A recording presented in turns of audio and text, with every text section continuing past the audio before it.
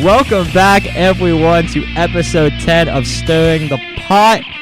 Of course, I'm going to be your host today, and I'm Gabe, here with RJ, Andrew, Conor, and Cam will be on NFL. Now, before we get started with the actual podcasting, RJ has a huge announcement for everyone listening. Yeah, it's mainly the students on WVU campus. We're actually looking at this club. It's called the Sports Management Club. For those students interested, they actually do a lot of stuff with helping your career development. So if anybody's in the any sport field or any field at all, they take all fields.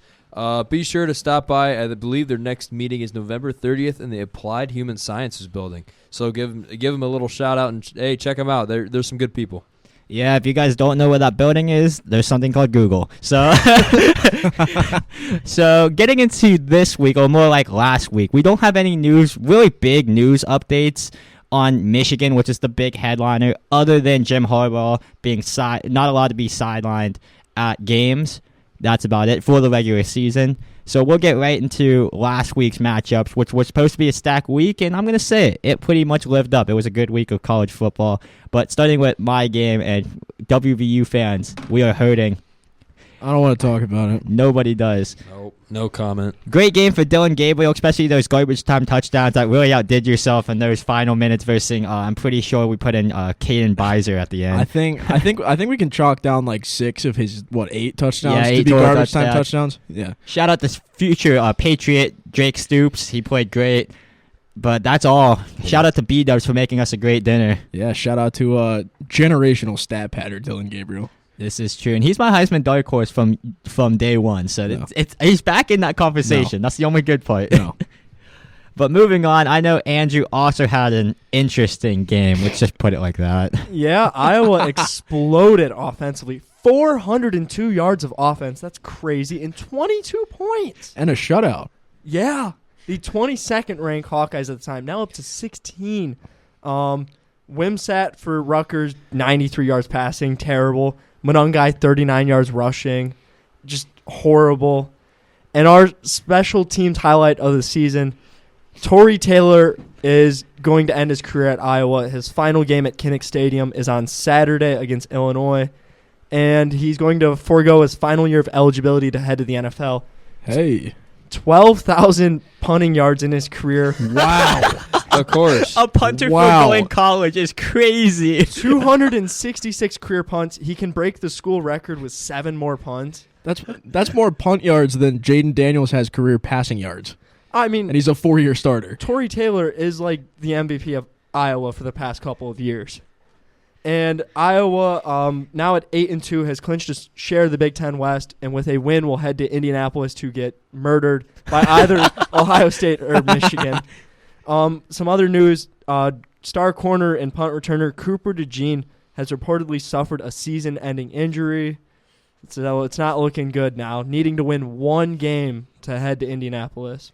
Yeah, I think that's gonna hurt his draft stock, but he's still a great corner, and you hate to see it. He is almost a university, minus the punter. But we'll move on to Connor's game.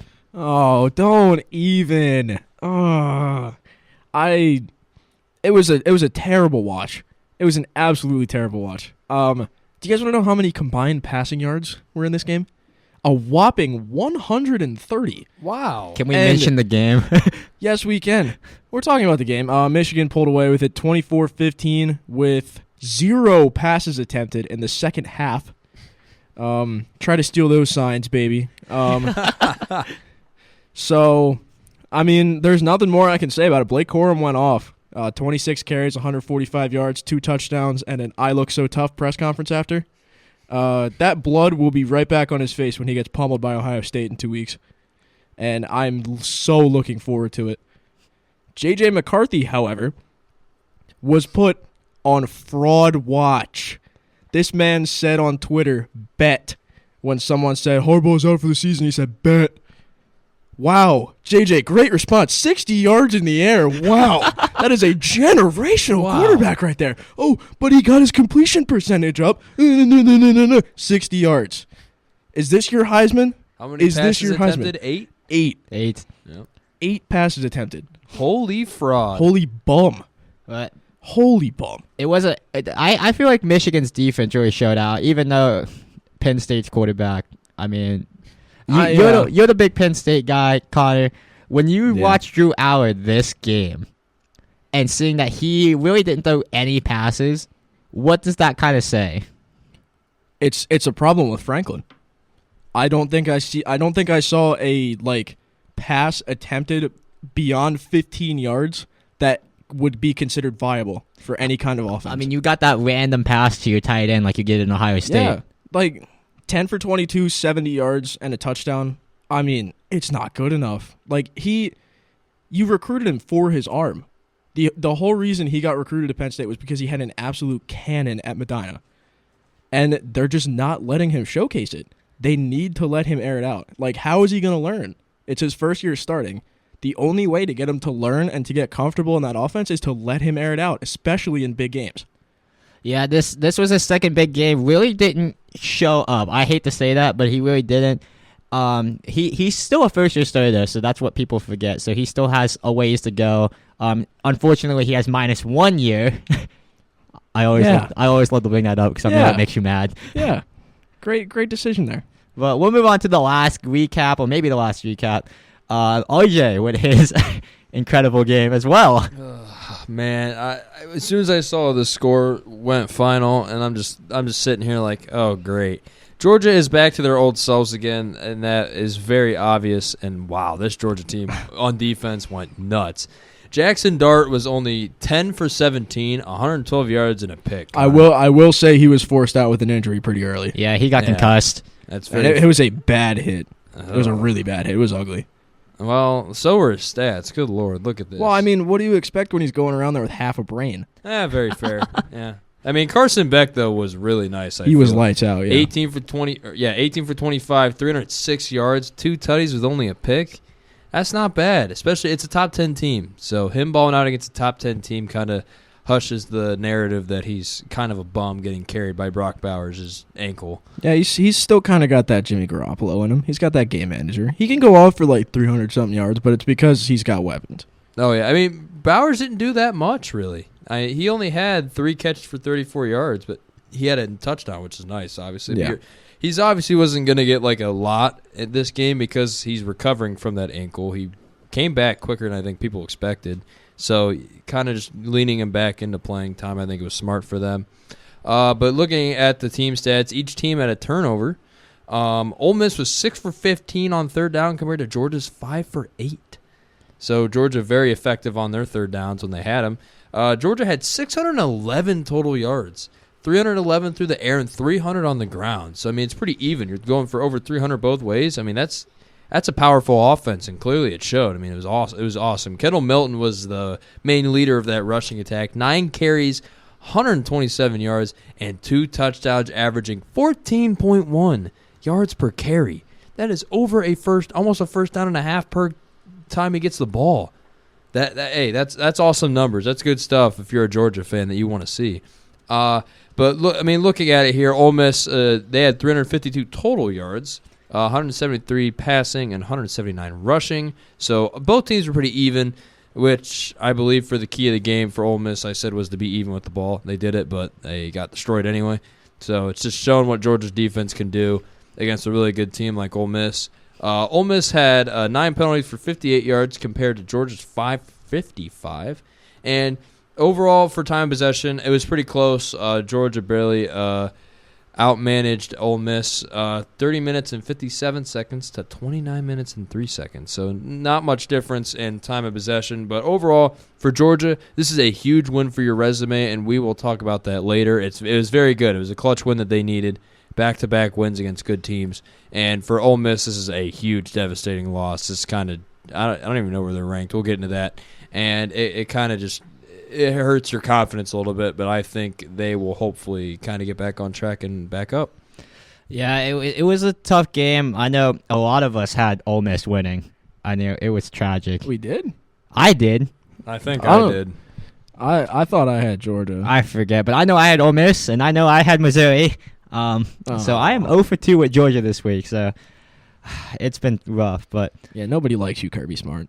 We Stop winning. we will shout out Oregon real quick. Great game for the Ducks and Bo Nix, of course, and Bucky Irving I love taking Bo care Nix. of business against Caleb Williams.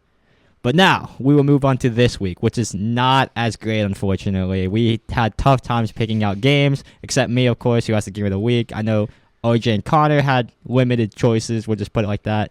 But Andrew, we're gonna start with you because I see you- that smirk. you have picked the game, and I'm just going to put this out here. Toledo, Bowling Green was on there, and Middle Tennessee and UTEP was on there, and you decided to choose this of all games. He's been hiding this No. game for we, us. we don't know this game. We don't know. Sacred Heart versus UConn. Oh, my Oh, God. what is this, basketball? No, this is That's a women's this is basketball game. football. This is Wow. football. That is a women's basketball game. Oh, of course. Sacred Heart is an FCS school for the record, and at 2-8, they're playing their final Oh. game of the year. They're coming off a 31-24 win against Central Connecticut.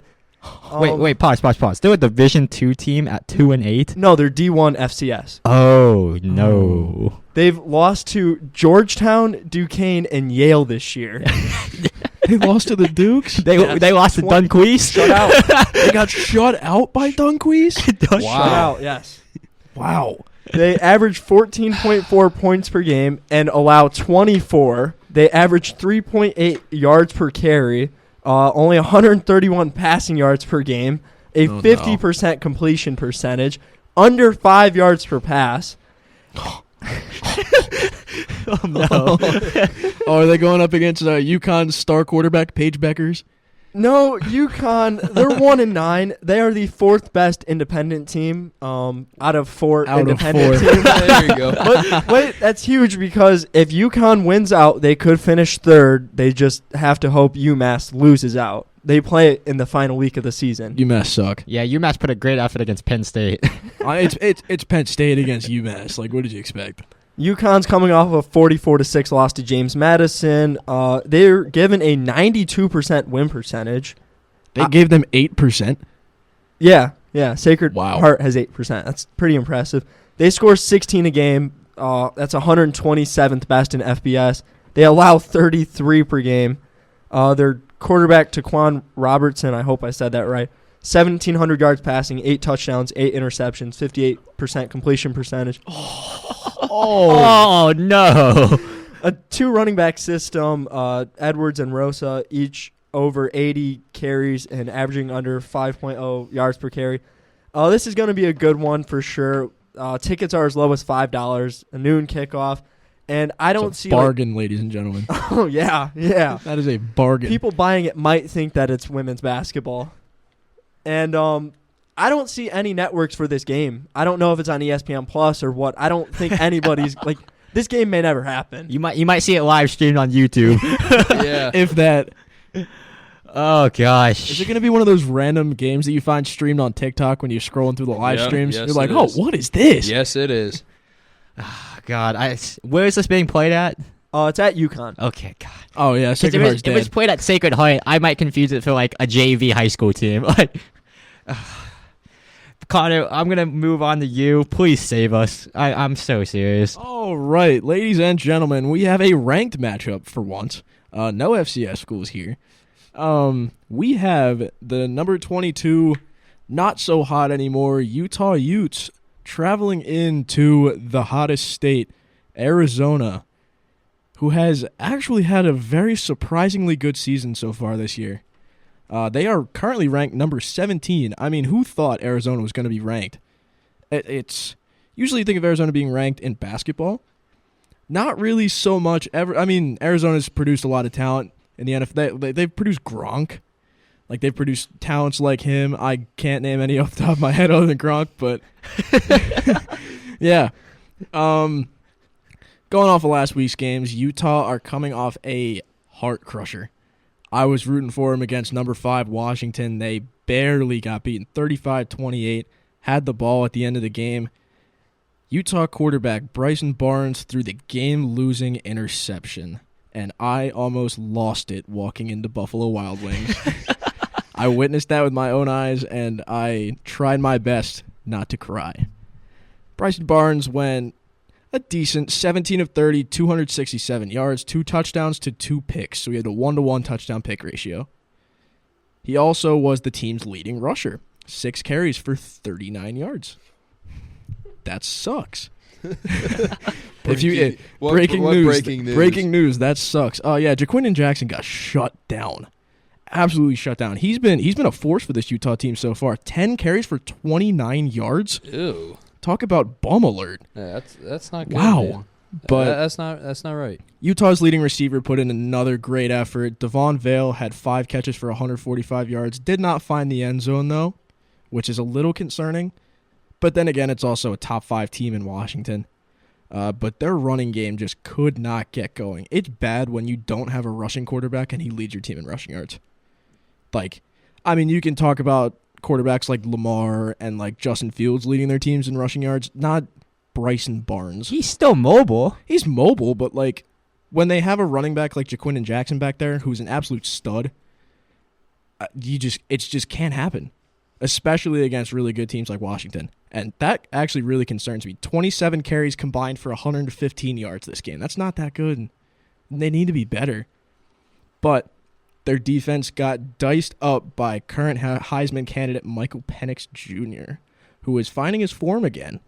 So I mean, we're gonna have to watch out for Washington this week. I believe you're talking about Washington, aren't you? I am, and I will mention something about Penix later on. Yeah. But going over to Arizona are coming off a very tight win against Dion's Colorado, who are on a huge skid. I mean, really, who saw this one coming? I believe, aren't they 1-6 in their last 7 games? Who? Colorado. Yeah, it's bad. They've lost 6 out of 7. Yeah, so they're 1-6. Yeah, but Arizona coming off a huge win against Colorado. Our Arizona's quarterback, Noah Fifta, I mean, he's been putting in a pretty solid season so far. He went 21 for 35, 214 yards, and 2 touchdowns in the air with no turnovers. Arizona's running back, Jonah Coleman, is the only person I would like to single out from these 2 games. When I read this stat, I was a little confused because I thought it was misprint. 11 carries for 179 yards. That's 16.3 yards per carry. That is crazy, especially against a defense like Colorado. I mean, they've been getting diced all year, but like when you think about 16.3 yards per carry, that's over a first down and a half per touch. That's bad for Colorado, at least. That's really good for Arizona. But I'm going to try my best with this name. We love this. Tyroa McMillan. Apologies if I pronounced that wrong. I think that's right. But he put in a very solid performance. 9 catches, 107 yards, and a touchdown. And, I mean, this Arizona team showed their resilience with this game. They were down going into the 4th quarter, and they scored 10 unanswered to win it. I mean, shutting out a Colorado offense that's been hailed for their passing attack so far this year. Not so much anymore because Shedeur Sanders is a fraud. Well, but his offensive line's pretty bad. I will defend him. His offensive line is pretty bad. It is pretty bad. But, I mean, 10 unanswered points in the 4th is a great way to end a game, especially against a team that was once ranked. I don't know what happened to him, but we all saw the lies. We'll just call it. Yeah, we'll call it social media publicity. Yeah, we'll sum it up like that. When you get a good coach like Dion, you tend to blow things out of proportion. But this week's matchup, Utah is favored 57-43 despite being on the road. I think a couple of key players for this game. Honestly, I don't really see anyone other than Jaquindon Jackson making a big impact in this Utah offense. They are really missing Cameron Rising. If they had Cameron Rising, I could see them competing for the Pac-12 title this year. But Jonah Coleman, who is averaging over 7 yards per carry on the season, he's got just over 100 carries, so he's over 700 rushing yards on almost sub-100 carries, which is absolutely incredible. And I really like Arizona's wide receiver. I can't for the name of it. Oh, it's McMillan. The guy you can't pronounce, completely forgot him. Yeah, it just skipped my mind. But I really think Arizona's got this one. I've honestly hailed them this year as the upset kings. They've put so many teams on fraud alert. They've been absolutely lights out so far this year. Utah has had a pretty good season so far, despite Cameron Rising obviously being on medical redshirt. But I don't think this is as much of an upset as ESPN is showing. But I think I'm going to go with Arizona holding at home 31-21. Yeah, Arizona's freshman quarterback has been good. Utah, other than USC, Bryson Barnes does not look great. He has looked really shaky. But that says a lot about Bryson Barnes and USC, let's be honest here. Goodbye, USC's so-called defensive coordinator. But we'll be moving on to OJ's game, which is interesting. It's a very interesting game. So, number 20, North Carolina is traveling to Memorial Stadium to take on Clemson. Now, I have been to Memorial Stadium before. It's a really rowdy and really loud crowd. That energy in that building is going to be nuts come 3:30. Clemson is actually favored by a touchdown and a half, which is very interesting considering Clemson is the unranked opponent going up against North Carolina, which kind of shows how people feel about North Carolina, kind of understanding their struggles. Last game against Duke, 47-45 double overtime win in Chapel Hill in North Carolina. Ooh. So very, very, very interesting. As I'm looking here, Drake May was 28 for 43 for 342 yards and a touchdown and a pick. Their leading rusher was Omarion Hampton. 31 carries for 169 yards and a touchdown. Their leading receiver was their rising name ever since he got his waiver cleared, I believe, is Devontae Walker. 7 for 162. No touchdowns, but still, that's great receiving numbers.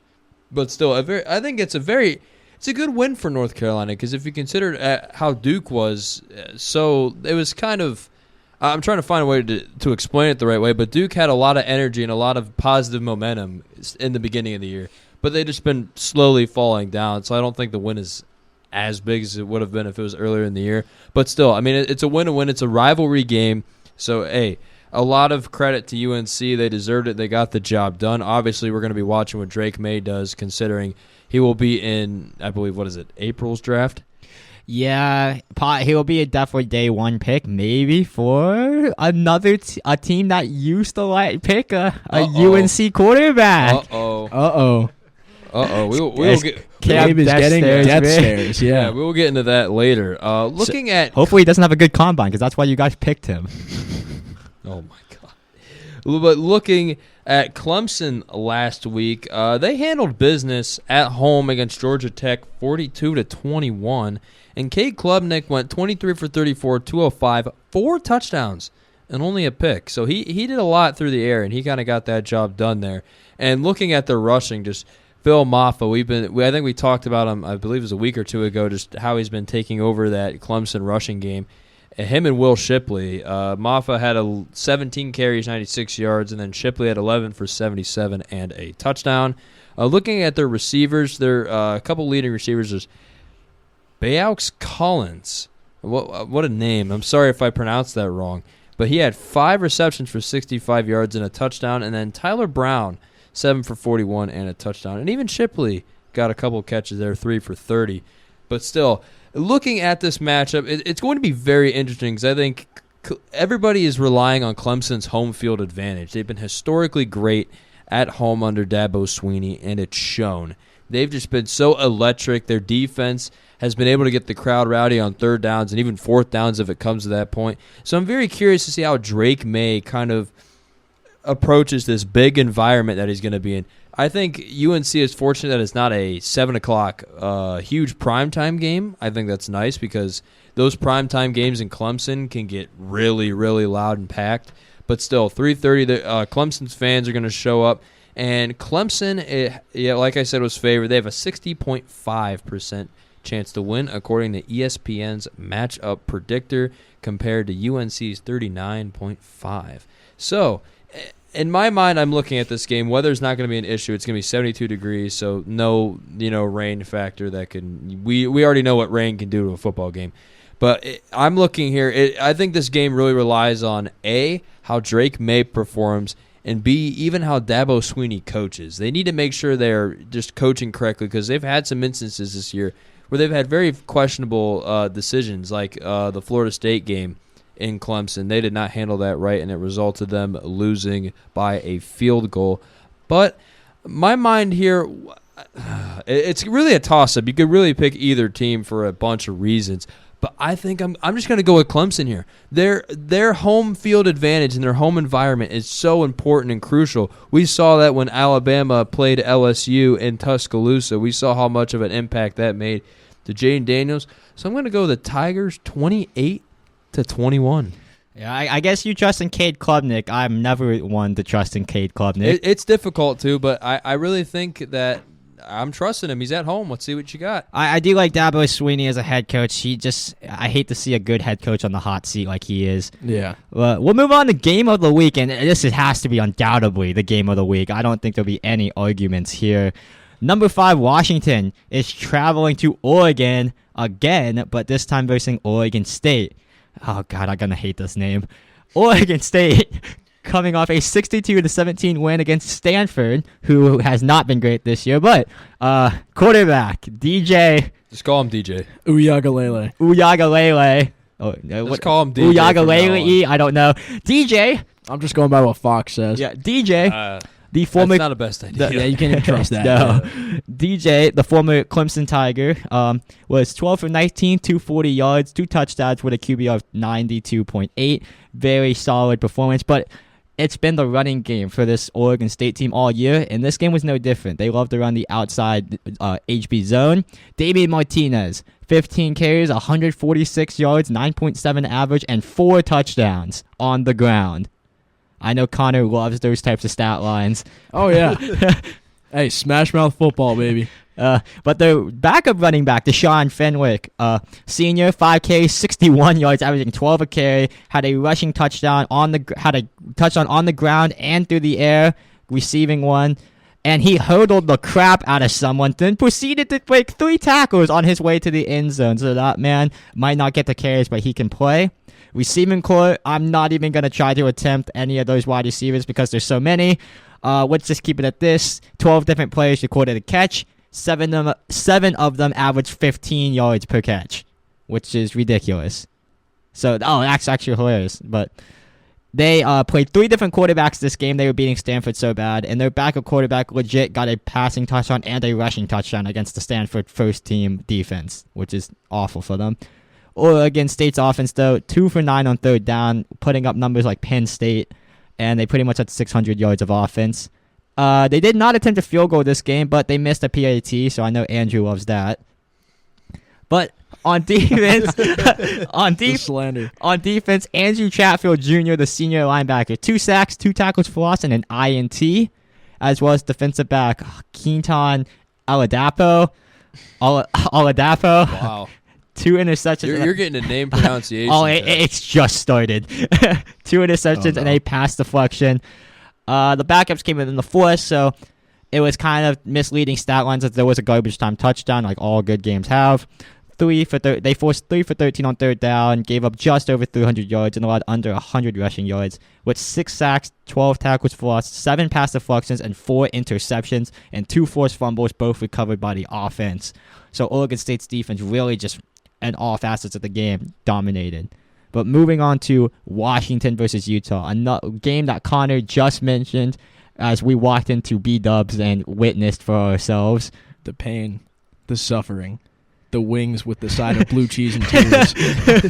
But quarterback Michael Penix, in my opinion, not the Heisman frontrunner, but other lists say otherwise. He was 24 for 42, 332 yards, 2 touchdowns, no interceptions, and also had a rushing touchdown, which I think opened the game for them. Penix, though, 24 for 42. That's not the sexiest completion rating, in my opinion. Running back Dylan Johnson, though, has really found his stride. Legit carried them through USC, but had 23 carries today, 104 yards, and a touchdown. And, of course, Rome Odunze doing his normal thing, but only 3 catches. 2 of them went for touchdowns and 100-plus yards that game. And, of course, Jack Westover, the tight end, getting his 7 receptions for 64 yards. Washington's offense was clicking again, and it was an overall great win for them, honestly. I mean, not allowing Utah to any second-half points is really hard to do for any team. But on defense, someone who just became one of the most popular men in college sports, Afonso Tupu Tatala. Huh? Yeah, it's like Tupu. Who? Tala, the guy who fumbled the interceptions at the goal line. Oh. He is a linebacker. I don't know why it's so hard for Hawaiians just to name their kid like John Smith, but John Smith. that'd be very helpful. But he had an interception, 1 fumble, and I have put him down as 1 complete doofus. But team sacks, Washington had no sacks, 4 tackles for loss, 2 pass deflections, and they just allowed under 400 yards. And the horrible second half from Utah really saved their stat line. They had 11 penalties for 100 total yards, which is ugly just to look at. I don't know. This game was Utah's to lose. I'm sorry. It was Washington's game to lose. Yeah. Utah should have won this. And this is another game where that's happened. They had every opportunity to win that game. It happened against Arizona State. It happened against Arizona. It happened against Oregon. It is Washington's games to lose, and they somehow scrape by in ugly wins. Yeah, it was like the Miami-Florida State game. Miami had every shot to win that game. They just choked it. It's same with Utah. Yeah, it's really going to be a whirl. But this week's game is in Oregon, and Washington has been given a 52.4% chance of winning. That's a very low percentage for the 5th best ranked team in the nation. Washington, this is an interesting I found while looking at Washington. They have only blown out. I'm counting a blowout as 2 touchdown wins, so 14 plus. Washington has only blown out 1 Pac-12 team, which is California. They only have 2 total games in the Pac-12, counting that California game, that have won in double digits, with USC being the other one where they had 42 points. This Washington team is one of the most vulnerable teams in college football. I'm going to say it right now. They have won ugly, and the ability to win ugly games has impressed, I'm pretty much sure, all of us. But they need to get their stuff together if they're going to survive Oregon State. Your running back legit won you the game against Caleb Williams. Penix did not win them that game. It was Dylan Johnson running for God knows how many yards and 4 touchdowns. You cannot struggle on defense against Oregon State like you have against other teams. It's going to be interesting. And also having 0 sacks against Stanford is very concerning because Oregon State's line has been touted as one of the best in college football. So you really need to figure it out because DJ is a better mobile quarterback, and he's like a tank back there, so he's not going to go down easy. Moving on to the other side, Oregon State, they need to continue to do the ground and pound game. I think it's going to be very interesting.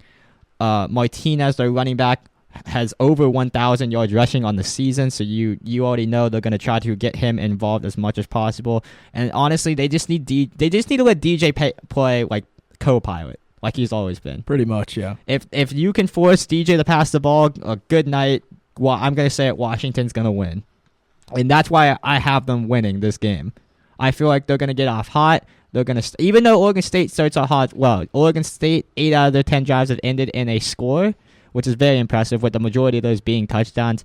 But I just see one glaring game on their schedule that really scares me, and it's against Washington State, where they lost. Yeah. Was that with the Cam Ward Linsanity run? I'm pretty sure it was. It was their first Pac-12 win. That's Washington State's first Pac-12 win. I'm gonna. Yeah. That's a little more understandable. But you played Cameron Ward, and you had struggles. And Cameron Ward's no bum, but Penix is Penix, and he has more weapons. Roma Dunzier. I wouldn't say he doesn't have bad games. He doesn't have glaringly bad games. Well, yeah. Well, but his weapons are endless. Dylan Johnson. Roma Dunze. Polk is up there. Polk would be a great first option for, I'm going to say 80% of the college teams. Oh, yeah. He is an outstanding wide receiver. Maybe even some NFL teams, like a slot guy. Yeah, and they have a list of tight ends they love to use. So they have so many weapons, and I just don't see Oregon State being able to keep up, even if it's at home. So I've got Washington 31-24 in a close one, like all Pac-12 teams. All Pac-12 games have pretty much been for Washington. Yeah, I like that. But moving on to what we like to say, the poll, the college football playoffs. And it has shaken up, but no one has been dropped out of it. That's at least what it says. So I'm going to go in this. But we'll head right into it. Of course, we'll go from 25-1, like always. And starting off at 25 is the Kansas Jayhawks, who have dropped 9 spots. Tulane at 24, who also dropped 1 spot. Oklahoma State somehow still in there after getting obliterated by UCF. How? The Utes at 22. Kansas State at 21, they move up. North Carolina moves up to 20. Notre Dame moves up to 19. Tennessee drops 5 spots to 18. Arizona moves up 4 spots to 17. Iowa, yes, Iowa, has jumped up 6 spots to 16. That's wild. LSU has jumped up into the top 15 for who knows how many times this year. Shout out to Jaden Daniels with 600 yards by himself. Oh, you'll hear way more about him after the poll. Oklahoma back in the top 15 after a dominating win against the Mountaineers. They will be 14. Ole Miss drops only to 13 after the loss to Georgia. Penn State dropping to only 12. So they given much respect. But Oregon State will jump into 11. Louisville has entered the top 10. They are now 10th. Missouri also in the top 10. They're at 9. So it's very interesting. Alabama stays put at 8, which we'll get into later. Texas still at 7. Oregon at 6. Washington at 5. Florida State at 4. Michigan at 3. And, of course, the one that everyone's probably looking at, Ohio State has dropped down to 2. And the Bulldogs now reign supreme again at 1. OJ, I'm just going to start with you, knowing that you're an Ohio State fan. I'm not surprised just due to the fact that Georgia whooped Ole Miss. I think that's probably the only reason why they are at number 1. So, I mean, I support that selection. I probably would have made the same decision myself. Looking around, though, I am actually quite surprised of Iowa's jump. I would put Arizona over Iowa. Easy. They've been easy. I'm a big Arizona fan this year. I'm liking what they're doing down there and just overall changing that program around, going to 7-3. I really like that. North Carolina moving up 4 spots after a double overtime win. I mean, I know I just covered them, but it's very interesting to me how you can raise them that high with. It kind of just shows that, okay, we're kind of just throwing teams around at 20 to 25. Duke was ranked for the majority of the year. But I guess, it's interesting. But still, they weren't. I believe they weren't ranked at the time, were they? No. Yeah, I think that shows something. But wow, I think Oklahoma State should be out of this top 25. They got absolutely destroyed by a UCF team that's looked so shaky this year. Ollie Gordon was shaken up, but that just proves that he is the offense. He is Oklahoma State, apparently. Yeah, I personally think Kansas should be off the list. I agree with that. How do you lose to Texas Tech? By a field goal. They also lost to their third-string quarterback, who is a true freshman who has no experience whatsoever. That is bad. It was at home, too, in Kansas. That's terrible. But, I mean, kind of looking around, I think Tennessee deserved to drop those 5 spots. LSU and Oklahoma obviously deserved to climb up 4 spots and 3 spots, respectively. Shocked they only put Ole Miss at 13. I was expecting like a 15 maybe because, I mean, they got absolutely destroyed. It's Georgia. It's because I think they put into consideration that Dart got injured pretty easy. Yeah. I mean, that's probably the main reason why they are where they are. Then Louisville making the top 10, I think, is very, very interesting. Minus that Pitt game, if they don't lose to Pitt, you know how high they could possibly be as an undefeated team. Yeah, look at that. You're probably putting them at least 8 or 9. At least. I've jumped them over Texas if they're undefeated. That's where it gets controversial. They're not doing that. They're not going to do that. It's strength of schedule, quality of wins. Yeah, it tells the story. This is where it gets weird because 5 through 10, 5 through 8, you have those 4 teams that have stayed the same. That have stayed the same because they have beaten each other up. Yeah. You can't put Oregon ahead of Washington because they lost. You can't put Alabama ahead of Texas because they lost. It's so awkward to look at because there is an ongoing argument, should Oregon be 5? Should Alabama be 7? You know, it's one game defining their spot, and it's so controversial, and there's nowhere to really go with it. Well, that's how it has to happen. Head-to-head matters, and obviously resume matters as well, which is I'm finally glad the committee is actually taking its due diligence and looking at both of those because in some prior years we've seen some SEC bias, I'm going to call it, because it's obvious. I think everybody with a brain following college football this closely can understand that. But it's just I'm very curious to see because there's Washington and Oregon I believe will meet again in the Pac-12 championship, right? Yeah, they should. They should. So I really think the winner of that will be the higher ranked one of the two. Obviously, I'm pretty sure if Oregon wins this week, they have locked a spot. Yeah, that'd sound about right. You know what really pains me? I really hate that Georgia's in the SEC East because if they weren't, we could possibly see Mizzou in the SEC championship. That's very true. They're number 9. I love the Mizzou love. Like, I mean, we all came into the season that's like Mizzou's Mizzou. They're probably going to be mid. Wow. They're 9. That Kansas State game opened our eyes. It opened the door to so many things. But this college football season, I mean, like lower programs coming up the ranks. It's great to see, especially teams like Mizzou, teams like Louisville, like even Oregon State. Yeah, even Oregon State, Arizona. Seeing teams like Kansas State going into the top 25, keeping Utah up there. It's great to see Tulane. This college football season's been absolutely incredible, especially with the resurgence of Florida State. Yeah, absolutely. It's great to see them. It was back much up there. needed. The thing about Tulane though is because we're going into that 12-team type thing going format, and of course it's the winners of each conference, and then the winner of the non-power teams. We're going to say, and Tulane would be that team.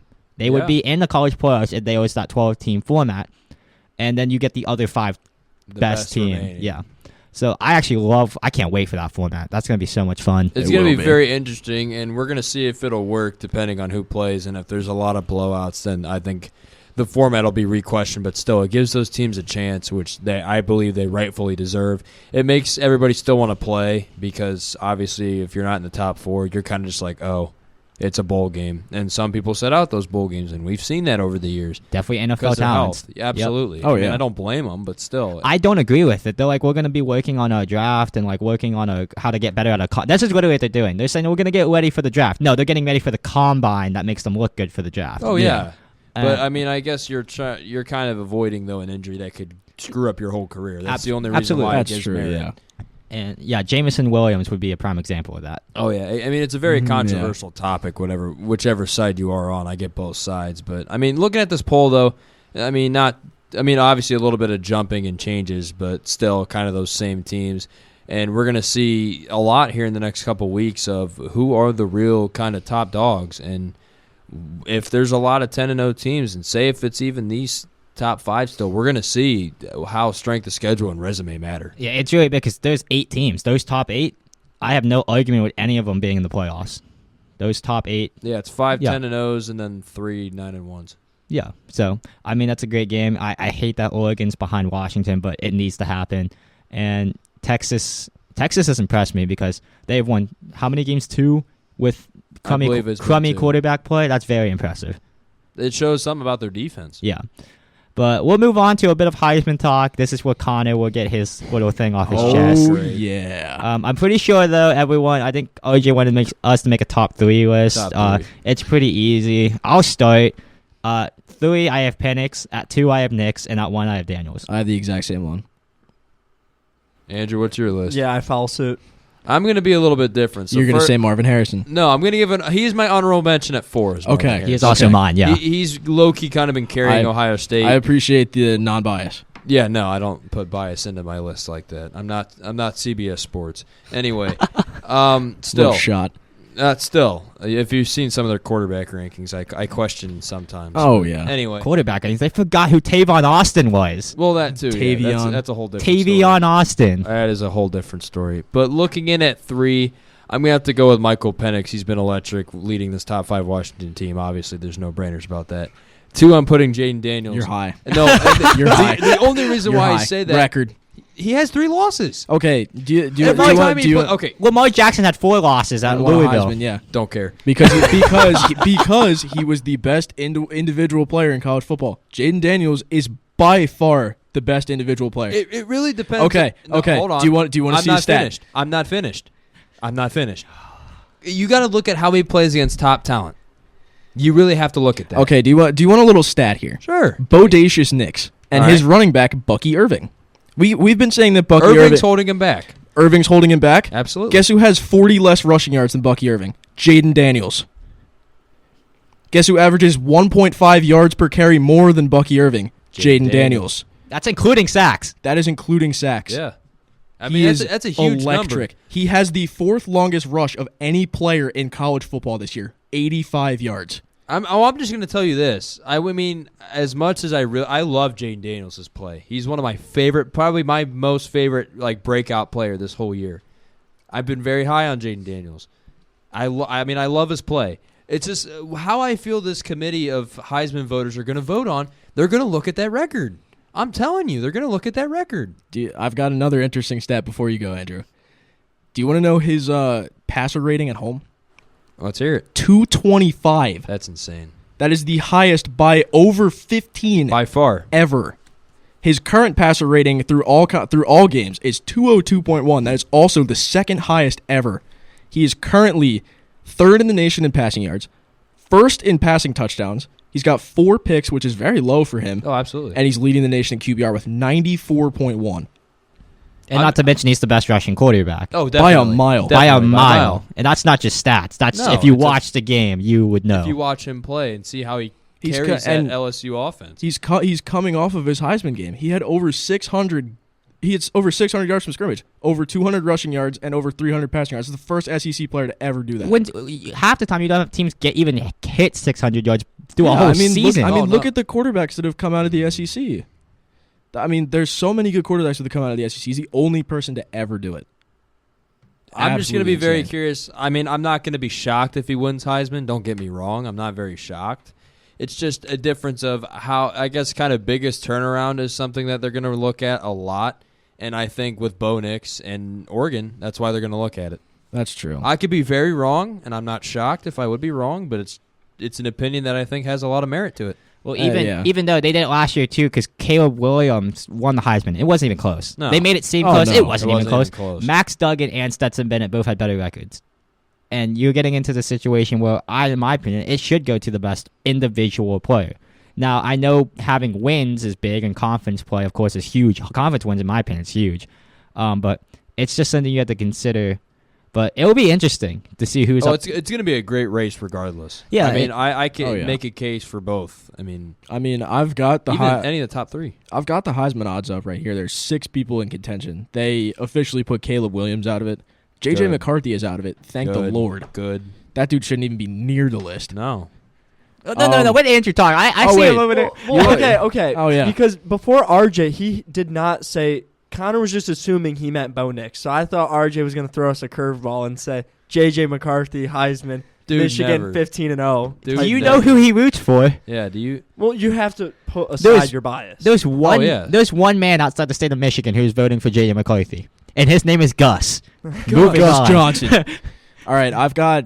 Before I head into what I was going to say about the Heisman odds, do you guys want to know who is either less or within 50 rushing yards of Jaden Daniels?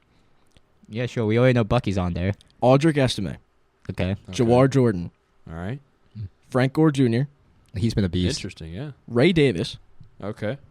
Those are people that are within 50. He's been balling out. People at that have Kentucky. less than him: Quinshawn Judkins, Wow. DJ Giddens. We've got Jalen Wright of Tennessee, who has been absolutely balling, by the way. Blake Corum.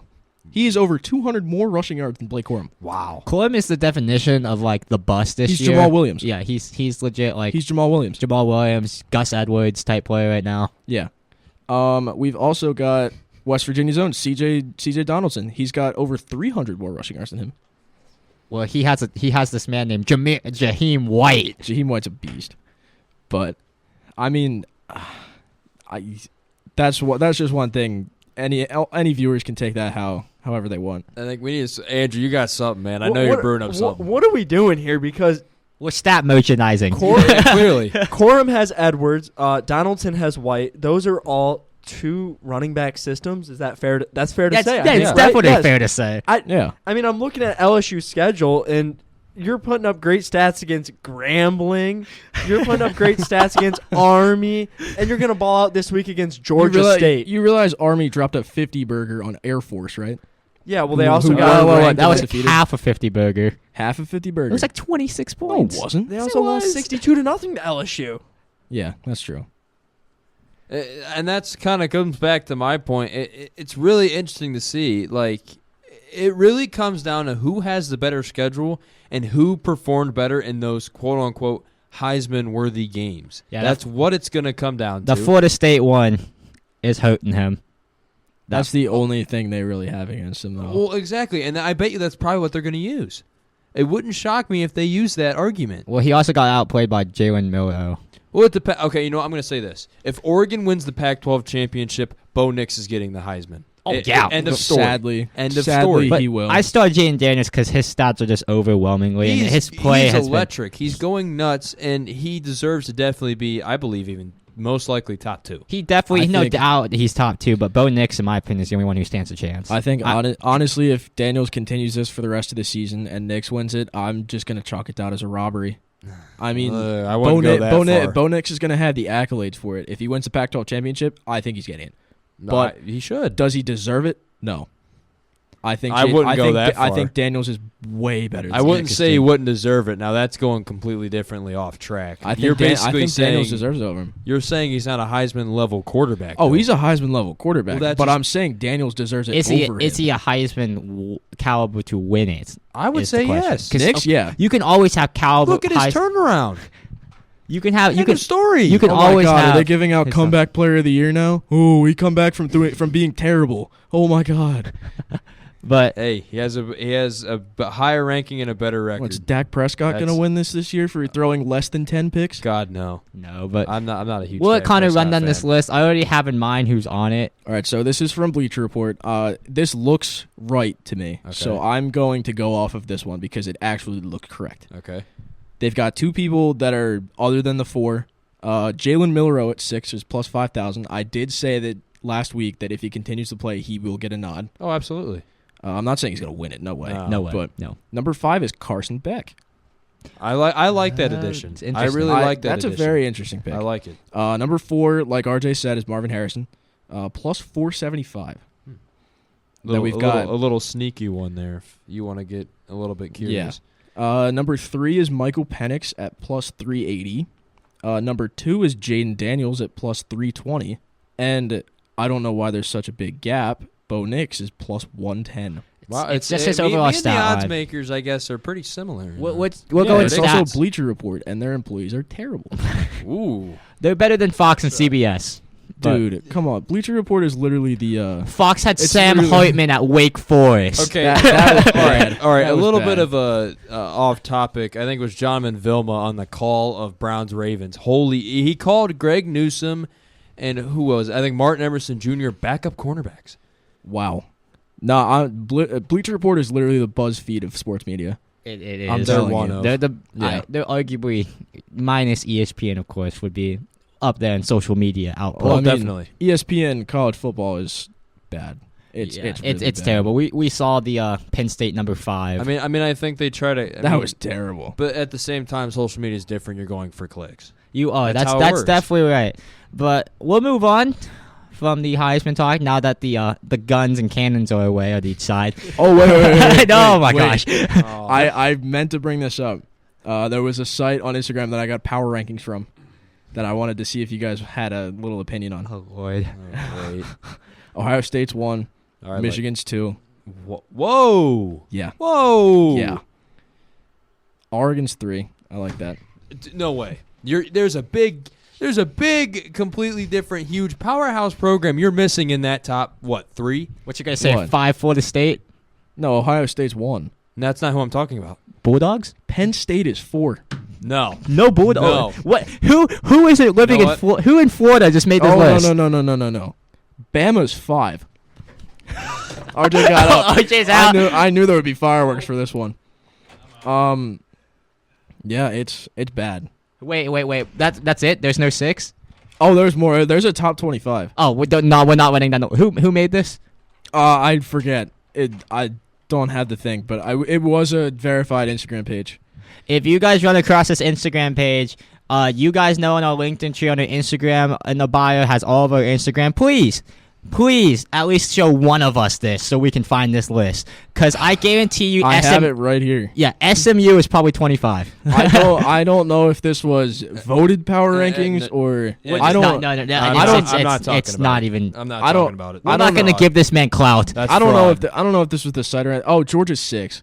I'm not. No. No. Next Next. question. Oh, you guys want to hear an interesting one? Oh no. No. No, I would say Washington's 15. 15. Now we know. Oh, wait. It gets worse. Mizzou's 24. This guess guy who's- is definitely has to be an SEC Guess hater. who's 22? SMU. I told you they were going to be on there. Oh, my. This guy just looks at records and it's like, Can we move on? Notre Dame is 12. Can we move on? We're just going to move on. Can we move on? We're Yes. going to move on. That's probably the Pissing worst you off. rankings I've Some seen. Florida all year. guy, some Florida guy in his basement making a hilarious list. But we'll move on to NFL, which means our man Cam will be on, and we'll see what happens. Now I know RJ has brought up some injuries that we will go over.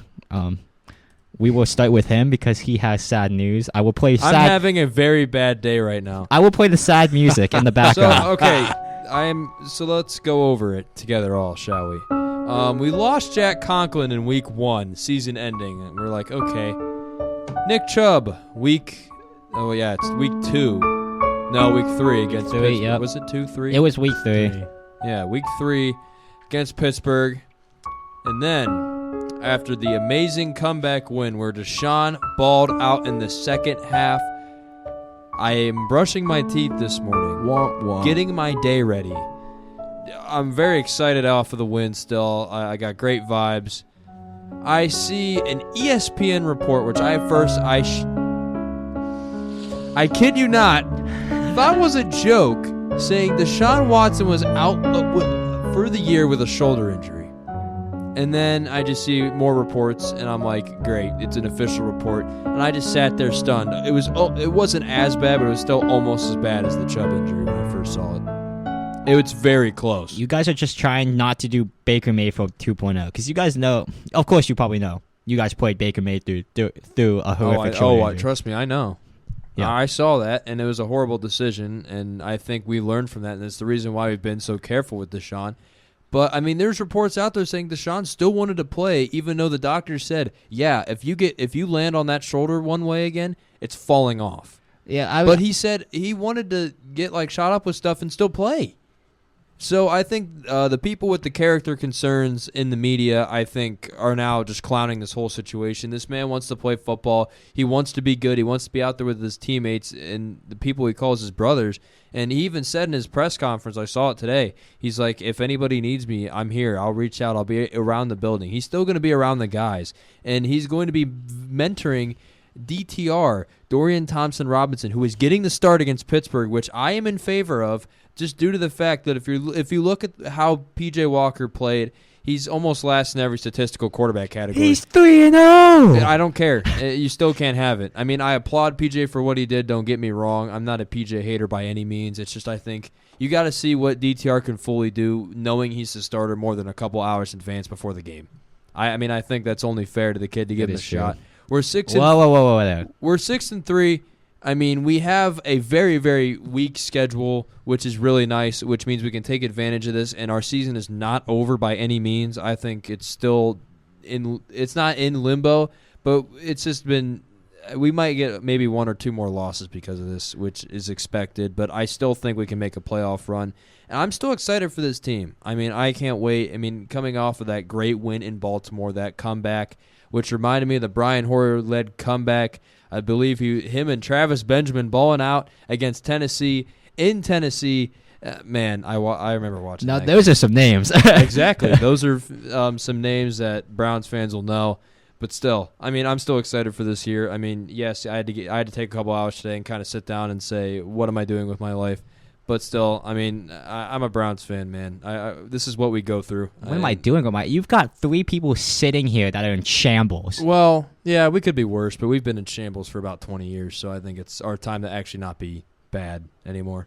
So I'm excited. We still have the future. So Okay, we'll move on to Cam. We're not even going to mention that DTR actually laid a goose egg against the Ravens, but moving on. Ravens. Moving on to Cam with the greatest Thursday night football game of all time. Oh, that was the worst football game I've ever watched. The greatest field goal game in the history of the NFL. Cairo Santos versus Eddie Pinheiro. Andrew, you were definitely tuning into that. Oh, it's so Field goal, bad field Andrew goal. doesn't even watch it. The only touchdown of this game Actually, the only touchdowns were Emir Smith-Marset with a 79-yard punt return Hey. and Deontay Foreman with a running touchdown. That's it. Hey. Tyson Badgett had 162 yards. But today is a great Womp. But today is a great day. Do you know why it's a great day? He didn't throw an interception. No, because guess who's coming back? Justin Fields. Yes, sir. And we're gonna lose to the Lions on Thanksgiving or Sunday. You just cut the deficit from the Lions game from 28 to 21. Oh God, you guys are in shambles. Yeah, I don't. Yeah. Hey, at least we still get the number one pick of the draft. Yeah, you guys, Carolina being one win, not one win coming against the Texans, believe it or not. Thanks. You're a big Tommy DeVito fan, aren't you? Because if he gets the Giants to win, I'm gonna say it probably seals you guys the first pick in the draft. Definitely. Wait, really? Yeah. Most likely, yeah. Because the Giants will have 3 wins, and I don't think Carolina's hitting 3 wins. Now, so if Tommy DeVito wins, Yeah, he's versing Washington too. oh yeah, they're gonna win. Okay. Wow. The Italians sticking together, I guess. Wow. So according to the injury report on ESPN, as I'm seeing right now, C.J. Gardner-Johnson is out. Yes, that's not news. Well, I'm just No, I'm that just is reading. not I'm just news. reading it. I don't even know who this guy is. Jack Sanborn. I've never heard of him. That's a random guy. Never heard. Do stuff. Well, what about for your squad? Yeah, I think there's one. This is his squad. Is my squad. Yes. Well, minus Gardner, was C.J. about to say, Gardner-Johnson. Gardner-Johnson But yeah, doesn't play for Sanborn them. is on the Bears. We have Kari Blasingame. That's your fullback. You're missing a key player here. Deontay Foreman's questionable. No. Khalil Herbert's, but that's been known. I'm gonna give you a hint. Tremaine Edmonds. He already mentioned he's Justin playing. Fields. I know. He's He already back. mentioned Fields him, is though. playing. Oh, I already yeah. mentioned it. Did you already not mentioned hear the ear rape he just gave all of us? Yeah, it's very fair. Yeah. We We apologize to our listeners with headphones, by the way. former Bears legend David Montgomery is coming back to Soldier Field to. And he's Get 10 carries He's gonna- behind Jameer Gibbs. He's going to get he's gonna have 3 it. touchdowns. How many? Oh my God. Well, there's our hot take. Oh God. Hot take list. I wonder if he's gonna have 3 injuries the rest of the year. No, and because he's I really think- good at that. And I think the Lions are going to win 37-14. Where do you get these whack numbers from? 37? 37-14. Last time he said 25. Is That it was- scorigami? no, last time he said 25, and I was like, are they going to get a safety? Is it going to be like a miss? That is scorigami. Would 37-14 be scorigami? Probably not. I don't think so. It's a weird score. Cam, I'm going to ask you this, though. You guys are looking to have the first and third pick in the draft. Right now, as it stands, who would you like to pick with that first and third? When with this kind of say in free agency, you don't pick anything up. That's what's not going to happen. I'm not saying that's not going to happen. No, I feel. But right now, who would you want with the first and third pick? Marvin Harrison and Bo Nix. What? 3? Are you saying you want Bo Nix at 3? I want Bo Nix. Yeah, Bo Nix at 3. Marvin Harrison. What kind at of 4. Chicago ganja are you smoking? Well, I don't want Caleb Williams. Well, you also there's a Penn State lineman that's Well, those- on a tear. There's also Well, like yeah. 4 years of age between Nix and Williams. Yeah, Or like what's 3 wrong or with- something like that. Caleb Williams would be electric for you, even though he won't play for you guys. That's also something to consider. But like I said before, there's a UNC quarterback. He's Don't stop. Just stop. But we'll move on because Mr. Trubisky. he doesn't want to talk about Mitch Trubisky or. Trading up for him, too. Trubisky. A Oh yeah, pick. trading your whole future Very- for him too. very Those scared. picks turned into Alvin Kamara and Fred Warner. I will also mention That All sucks. Okay. It's the Chicago way. generational trade, and then the 49ers try to do something better with Trey Lance. Yeah, But at least we have the Blackhawks. But yeah. I will move on to my team. What do you mean you at least have the Blackhawks? You don't have any team. Dude, the Blackhawks are good. We're gonna make the playoffs. Okay, Okay. let's stop talking NHL. This is football. But moving on to my team, the Seahawks lost. Everyone kind of guessed that it was going to happen. So you guys kept it close, though. We did. We I was had impressed by we had a that. shot. We had the UNC connection, the better UNC quarterback. I will mention Sam Howell. I will not present the ESPN stat I found on Twitter, but we the Washington. I almost said football team. Washington Commanders. They were pretty good. Sam Howell, 300 plus yards, I'm pretty sure. Again, no interceptions either. 3 touchdowns. That De'Ami Brown touchdown got me feeling some type of way, which just put it like that. Whoa there. But yeah, Whoa there. I'm gonna have to cut that out. But when I see my defense, Jack Del Rio still having a job. There's been one game where he has not allowed actually, I think it might be 1 or 2 games that he's not allowed 300 yards. And can you guess those games? 2 games where he has not allowed 300 plus yards. Season opener against the Cardinals, and 2 weeks ago against the Patriots. Good job. It's the only time Jack Del Rio has not allowed over 300 yards against a team. Those two, the 2 other bottom 5 teams. I want to ask you this. Oh God. No, it's not bad. Okay. If you're Josh Harris, what do you do? Fire Ron Rivera, fire Jack Del Rio, keep Eric Bieniemy at offensive coordinator, and sign Bill Belichick as head coach, or because he's very good at defense, and Eric Bieniemy is very good at offense. So you have best of 2 worlds. How would you feel about Eric Bieniemy possibly getting promoted to head coach? I wouldn't mind it, but he's very offensive focused. I'm gonna say he's still very young in That's true. in what he did. He didn't have much play calling, and definitely the defensive standpoint for me is worrisome. But he even says every time he needs to figure out better ways to do certain things. Like, I know he's super pass heavy. He needs to get Brian Robinson involved. I saw a stat line where it's like if Brian Robinson has over 15 carries, Washington is like 9-2 as a franchise. Like, it's ridiculous, and he just needs to get him more involved. What about Antonio Pierce? I wouldn't have Antonio Pierce because, honestly, I feel like the Raiders are going to re-sign him. But also, They should. Also, he's a good head coach. He's a great head coach, but I just don't think Washington is going to go. I would love to see Bill Belichick in a Washington coaching uniform. It's just how it would fit perfectly because he's defensive standpoint, and Eric Bieniemy would take over offensive standpoint. I just don't think it's happening. It's not. What do you mean Washington coaching uniform? Like, he's just gonna wear gray. Oh yeah, he's gonna wear the grout fit. It's just in Washington. I have hoodies that Bill Belichick can wear. I also have a walking cane when he hits 75. But hey, it's creeping up. You know, this week against the Giants, I'm scared. I am scared for my life because if my team loses to Tommy DeVito, tank the year. A Sopranos character. I will say I did pick up the Washington defense in fantasy. So you better drop that immediately. Dude, the Giants suck. 350 plus yards to Tyrod Taylor. And I'm dropping them.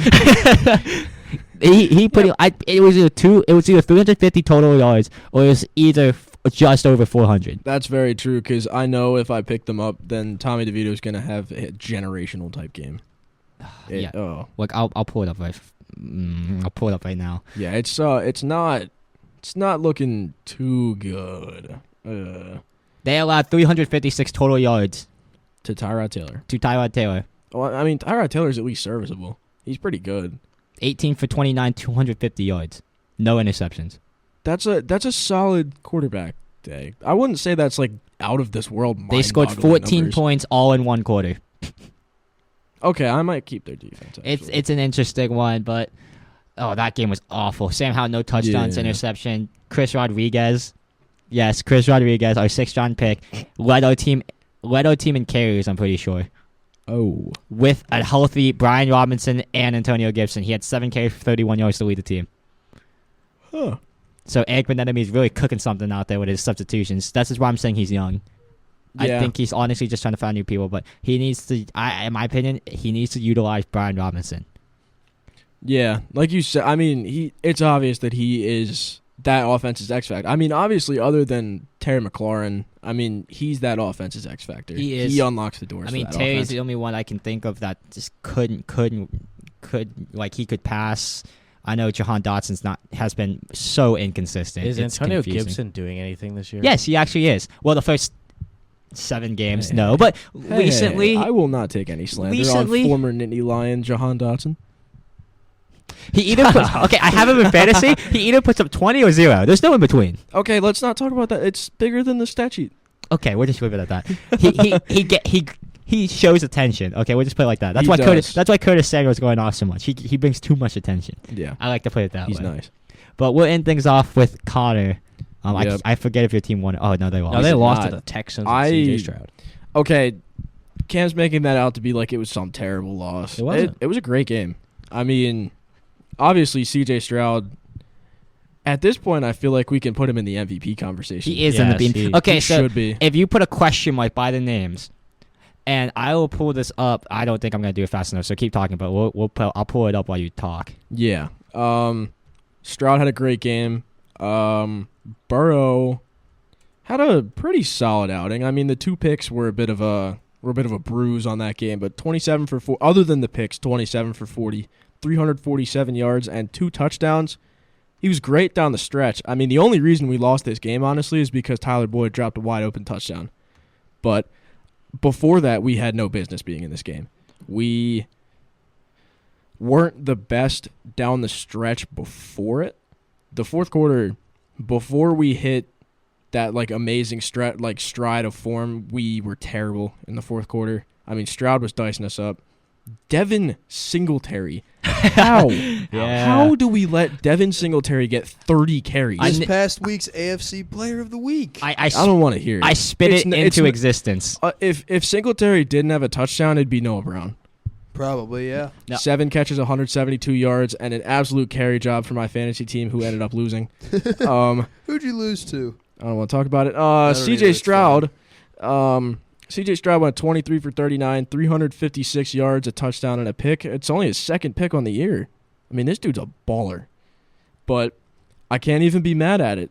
It was a great game by the Texans. It was a great game by us, too. I mean, it's just you win some, you lose some. Jamar Chase, I mean, kind of took over the load on offense. He had, I believe it was a back injury going into the game. Yes. It was kind of getting in the way of him wanting to play, but he was mentally preparing to play around Thursday.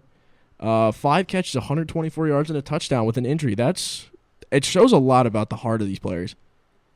Okay, so I've put up stat lines. I'm not gonna tell you who is who, but the names. I would tell you the names of the players. Oh no. But I would keep the stat line random.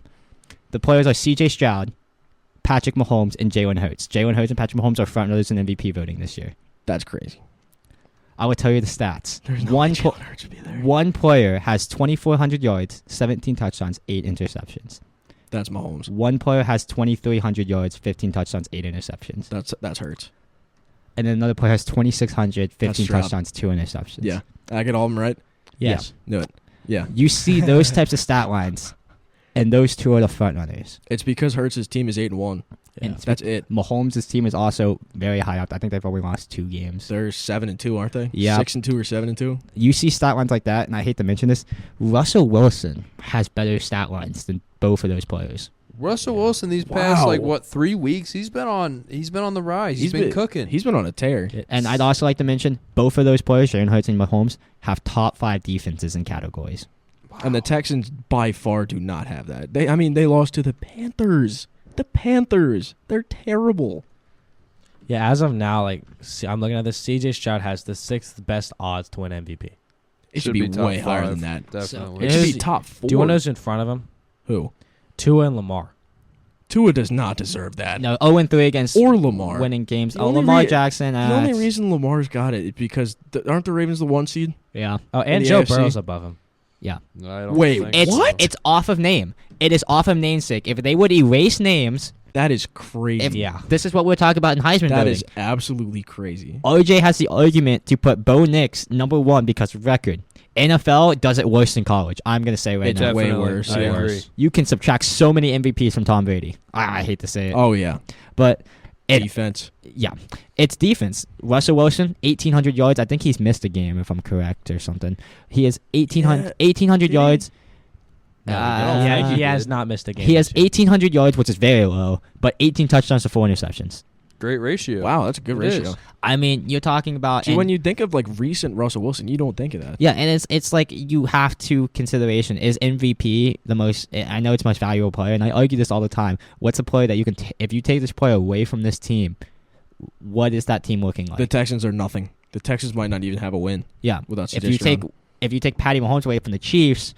you know, Nothing. it's still they're still going to be bad, but are they going to be as horrific as the Texans? Well, I mean, when you think about it, say, I don't want to pull Brock Purdy out of it, but say you put Brock Purdy in that system. He's such a systematic quarterback. yeah, I'm sorry. but say you put anyone in the Niners, I mean, obviously anyone in the Niners is going to work because that team is so loaded. They're so good to any quarterback. It's so quarterbacks. It's not even quarterback centric. It's all skill positions.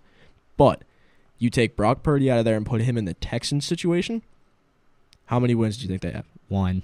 Maybe 2. I think max is 3. 2. The max is 3. I don't even think 3. I think I'd 1 say or 2 2. 3 wins. Definitely the Yeah. Carolina one. That Carolina one was a rob. If they had a redo, Houston's dominating. Now, I mean, the only thing that I think, not even. And Texans are in the Mahomes, playoffs. I think the only They're narrative. the last seed They're the in last AFC wild card. picture, yeah. Yeah, You're leading a team. They just you knocked are- us out. Yeah, Will Anderson was a great pickup, but you're leading. You're leading a team. Those 2 rookies on the defense offensive side. You're leading a team that entered the draft with team needs of everything. yeah. I kid you not. That's what it said. It's a team needs everything. Well, yeah. Well, I mean, considering also for that picture, if Buffalo didn't lose, Buffalo would have that final spot. I'm just putting that out. Buffalo's been horrific this year. I agree. Yeah. That team. I mean, I don't think they're making the playoffs. They're not. Yeah. It's too late Well, for them. it's gonna be close, but I do have a point I'd like to make. I mean, I know you guys saw. I'm pretty sure at least you, RJ, saw Megan Rapinoe's speech after she had like a Yes. career-ending That was- injury. I didn't She look at is that. so. She said that her. She said there's no God.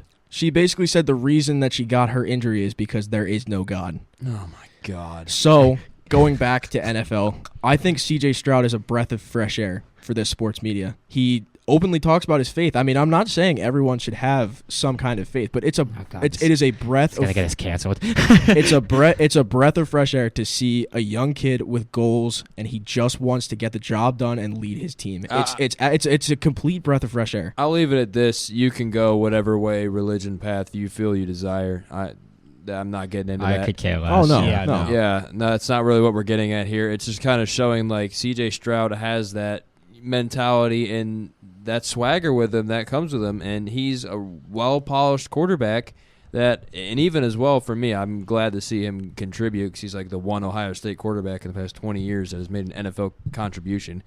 But Yeah. still, I mean, just putting that aside, even if he was from like some random school, for example, say like some random Duke, for example. But still, I mean, you still got to support this kid. He's being electric. He's leading a young, rebuilding franchise led by D'Amico Ryans, which loved the hire from the beginning. Oh, he's a great hire. Exactly, and he knows how to keep that energy with his players. And even Will Anderson's like, yeah, it's head coach D'Amico Ryans and C.J. Stroud are these 2 leaders. It's just with a lot of the dumb stuff that a lot of the young players in the league have been doing, especially over the past few years. Like, I mean, to name a few, like Henry Ruggs and all those. Chris people. Olave, John Chris Morant. Olave. every Derek Carr wide receiver.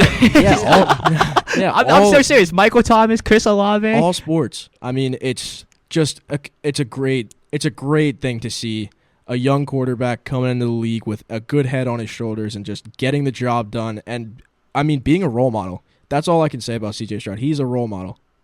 I mean, that's exactly who you want leading your franchise.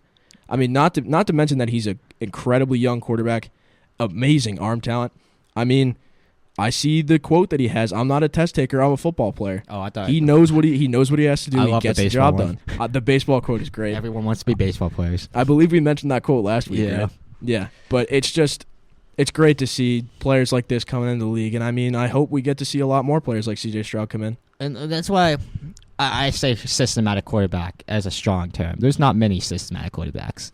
Brock Purdy is a prime example. Tom Brady proved that he wasn't one. It's very hard to become a systematic quarterback. I see Bryce Young over that Carolina. I don't count him as a bust. RJ, no. you're giving a look about that Tom Brady thing. It's very iffy, but They still, did say he was a system Brady's a quarterback. great player, though. Yeah. Yeah. He's I'm the not greatest subtracting football that player away. ever. Yeah, and I Yeah. look over at Bryce Young. He has a worse offensive line. Terrible weapons. I mean, if Adam He has Adam Thielen, Thielen, Adam that's it. Thielen's been cooking, honestly. But it's just a hard shit for Bryce Young. I feel like he isn't put in a terrible situation, and you see all these other first overall picks. I'm going to use David Carr as an example. Sometimes it's not you. I mean, David That's Carr, true, back-to-back yeah. seasons, got sacked 75-plus times. That's horrific. Sometimes it is the player. OJ knows this. Cash Money, Johnny Manziel. Jamarcus Russell is also a prime example. Dude, if he hit the books, he would have been something special. And Ryan Leaf is also another example. Yeah. But you just look at these, and I don't want to give up on Bryce Young, and I'm super high on C.J. Stroud. He was put in a weird situation. I think it was one head coaching. They got their head coaching down, and they figured it out. They had all these weapons. Noah Brown has been amazing. Nico Collins has come into form. Dalton Schultz, he started off slow, but he's come into form as well. I feel like when you get the pieces clicking, it just makes everyone better. It just goes to show you. I mean, the story with Noah Brown, he was put in the shadow of that Cowboys offense. And I mean, so many weapons. There's so many weapons on that offense. And I mean, now we're getting to see Noah Brown shine. And I mean, if the Cowboys kept him and they actually involved him, I feel like the Cowboys would be a threat in the NFC. But I really think, like you were saying about system quarterbacks, there's very few players like this. But I think if he keeps up the arc that he's going like, C.J. Stroud could be one of those quarterbacks that becomes the system. Kind of like a Mahomes archetype. I'm not saying he's going to be Mahomes, but that Mahomes kind of like, I am the system, you build around me. Like you give me things to get the job done. You give me things to become my best version of myself. And I mean, the way the trajectory is going, he could definitely be that for the Texans. Yeah, it's going to be interesting. As we're closing up time here on the pod, we will move to everyone's favorite subject, fantasy. Pain. And pain. I'm going to Pain and ask, suffering. I'm going to put it up for grabs. Who the heck wants to start? So, my lords and saviors did not help me. David Montgomery didn't do anything. How many points did he have? Just 17.5. Oh, okay. Yeah, Jamil shut gets your up mouth. 22 in the first half. Shut your mouth. Now, I did get 160 balled by John. So it's really bad. I'm going up against Travis Fulgham and Dominic Brusco. He's on a 4-game losing streak. He's on the downtrend. Now, if I'm right, if he loses this game, is him and Ian the Waffle House? If he loses to you and Ian somehow pulls off a miracle against whoever the heck, I think it's John he's facing. I think by week 13 we're going to have that figured out. Because Ian, I'm going to say this right now, and if Ian's listening, you have a free win the last week because I think I have 4 or 5 players on bye week. So that means I have to play Josh Dobbs, which is fine, but I have to really hound down on Calvin Ridley and Raekwon White. Oh, we're talking to Ian right now? Yeah. Oh, hey, Ian, buddy. You just got a fraudulent win last week. I was struck by Mageddon and Injury Mageddon. I got double Mageddon. Hey, a win's a win. I guess I'll go next. I don't know much, but hey, I don't want to jinx it. 3-game win You streak. better beat Willard, I swear. I am playing Dom didn't beat Willard. That's crazy. I'm not That's Dom. He's not Dom. I think I That lost to is Dom. Very true. I think I lost to Dom, and Dom scored like 100 points. I scored like 62, and he started celebrating like he just won the Super Bowl. I think Dom's recent trade activities have really hurt him, though. Trading away Josh Jacobs, he just became good. Trading away Warren, he just became good. And Deontay Johnson has done next to nothing. So OJ thiefed him. I did. Ian thiefed him. I have his full lineup right here. Do you want me to read For it? both Oh, Debo God. and Ayuk, which put up 15.9 and 14.5 for me respectively. We're not gonna do Dom the harm. We'll just put it at this: his starting tight end's Jack Ferguson. But Hey, I don't want no Jake Ferguson hate. Oh, he it's was Jake. my backup I didn't tight even know end his first slash name. current starter. Yeah. But a 3-game win streak. Am I safe from the Waffle House? I freaking hope so. I mean, like, God, I'm 5-5. If I lose, if I somehow Ian and Dom would start winning, I'm screwed.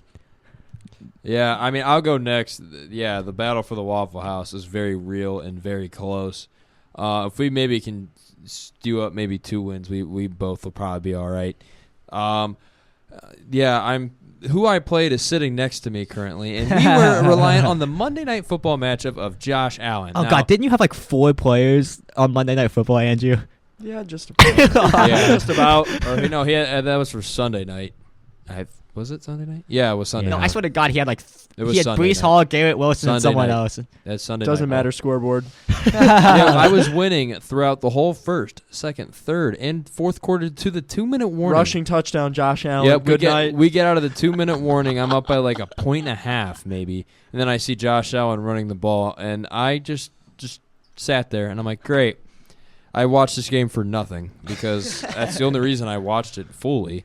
And John was also in the room with me, and he saw my reaction. And, yeah, it was something. But, hey, we took a tough loss. My team played good. Lamar kind of sold a little bit, but, I mean, that's my only thing.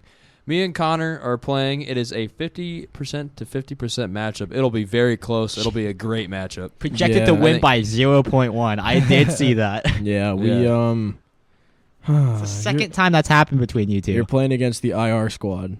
Uh-oh. I do not think Justin Jefferson is coming. I'm back telling from you, IR he's coming back. this week. I would be shocked if he wouldn't. I mean, if he doesn't, I'm fine with that. But I know still, you're fine with that, but I am not. I don't blame I you. need the points. But I am currently stuck with Aaron Questionable Jones every week. But he does nothing. I don't want to say he doesn't do anything. They're wearing the but, 50s throwbacks. To be this honest, you should Oh, drop. they're wearing the 50s throwbacks? They Oh, he's are. dropping 30. You need to drop Leonard Fournette and pick up a running back. Dude, are they going to pick him up from the practice squad? week. We don't know. What are they doing? Buffalo's a huge. Have you question seen the mark. record? They don't even know what they're doing. But they're like the That's very Clippers true. of Ken the Dorsey's NFL. gone, though. That is That's a big piece maybe of they news. will start running the ball more. Yeah, maybe. Didn't we forget to mention that Dorsey got fired? Yeah, Yeah. but you know, Who cares about him? yeah. Bills No, fans. no, he is a really great offensive mind, and that's a name that needs to be on watch for this offseason. Let's have some respect on my name. I lead fantasy right now. Oh, That's no. 7-3. I'm in first place. That's how Okay. bad we all are. It's like there's like a four-way Fraud. tie with second. second. Yeah. Second. I'm in first. okay. I will definitely not be Fraud. in first by next week. Andrew, I'll I'm gonna give- get killed by John. I'll give you your props. You're in first place, but I'm gonna be honest. If Austin would actually get on the league to begin the year, if Austin was like us and got on the league every single game, he'd be first. I'm Yes. sorry. So 'Cause he- His 'cause he team had is Kamara. ridiculous. So Yeah. when Ian loses again this weekend, I will have clinched not Waffle House, if that makes any sense. Yes. Yeah, I will be think that's right. guaranteed to not go to Waffle And House. Ian will have clinched Waffle House, and we are making No. No. No. No. If he loses this week, I think yeah. he Yeah, has. if he loses this week, Only because I have 7 wins. No, if he loses this week and Dom wins. he's I Waffle think. House. No, because Dom could still lose out. Ian. Oh yeah, in that case he'd have Oh, to yeah. literally lose. I Yeah, think but I I'm would be pretty safe. sure it becomes where Ian has to win out and Dom has to lose out. That's after if Dom wins. Yeah, this I week. think anyone with 6 wins or above is pretty much Yeah, safe. it's me and Gabe that are on the borderline to getting safe, and then it's Dom and Ian, the battle of Waffle House. So, Yeah. Dom Yeah. had the We've Washington. got, Dom is on Washington State.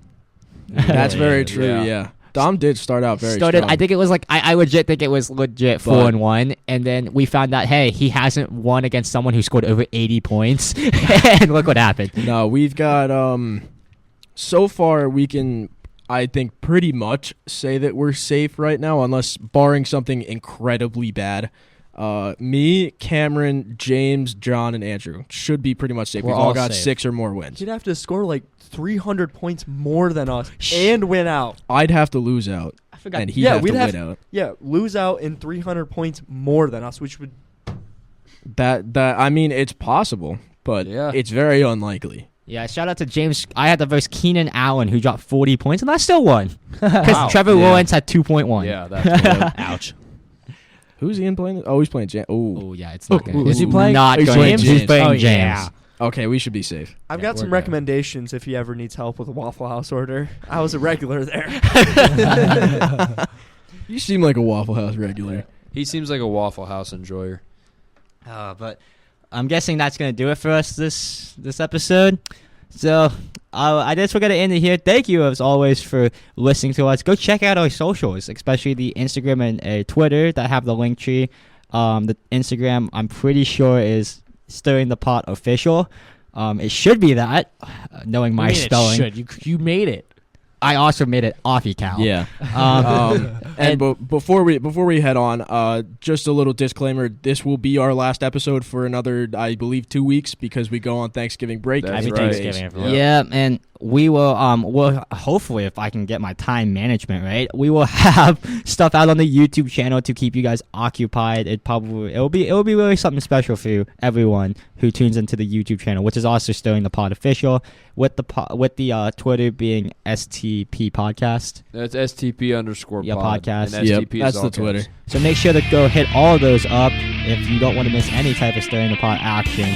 But that will do it for this episode, and of course, as always, be safe out there and have a Great Thanksgiving. Happy Thanksgiving. Happy Comment down Thanksgiving. below on YouTube if you guys have any questions. Peace out, y'all. You too. Peace out.